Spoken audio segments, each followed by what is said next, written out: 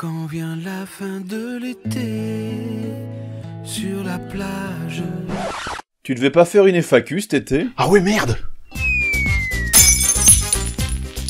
Bienvenue dans cette deuxième FAQ qui commence juste après ça.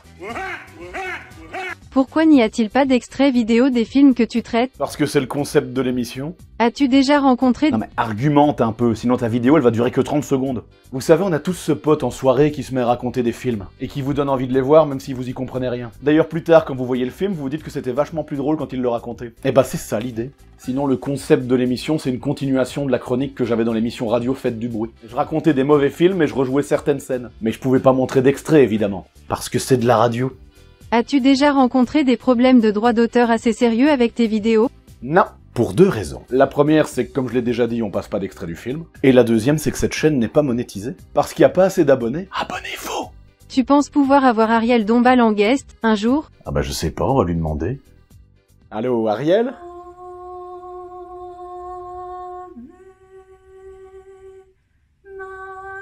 Je crois pas que ce soit une bonne idée. Pourquoi pas une vidéo de jeux vidéo tirée de films? Bonjour à tous, je m'appelle Kevin et... Bonjour Kevin. Bonjour. Et... Pour vous dire toute la vérité, je ne suis pas un gamer.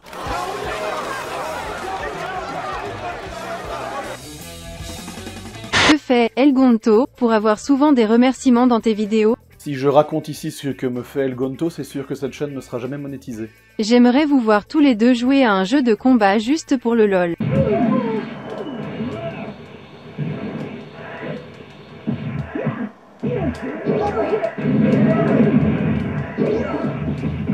Et genre des vidéos sur Amadeus, Pink Floyd The Wall of Fame. Alors ça c'est pas prévu. C'est sûr que j'adorerais faire une comédie musicale. Avec des musiciens, des choristes, plein de danseuses. Oh ce serait bien. Ce serait très bien même. Bon bien sûr faut imaginer. Si je devais parler d'une comédie musicale, je crois que ce serait plutôt la petite boutique des horreurs ou le Rocky Horror Picture Show. Juste pour pouvoir porter ce merveilleux costume. Waouh, tu vends du rêve. Amadeus par contre c'est pas une mauvaise idée. T'as déjà vu le film Belle à mourir? Ouais, mais il y a longtemps. Est-ce que tu penses étendre ton concept sur les acteurs plutôt que juste des films? J'imagine assez mal comment on pourrait résumer un acteur. Ce type est un chef-d'œuvre. Brad Pitt est un homo sapiens, de type caucasien. Il a une tête, une bouche, un nez et des yeux tellement incroyables qu'il en a deux. Ouais, ce serait pas génial. Ouais, je crois pas que ce soit une bonne idée. Quel est ton record de chefs-d'œuvre vus sur une seule journée? Certains étés, il m'est arrivé d'en voir 4 le même jour au cinéma.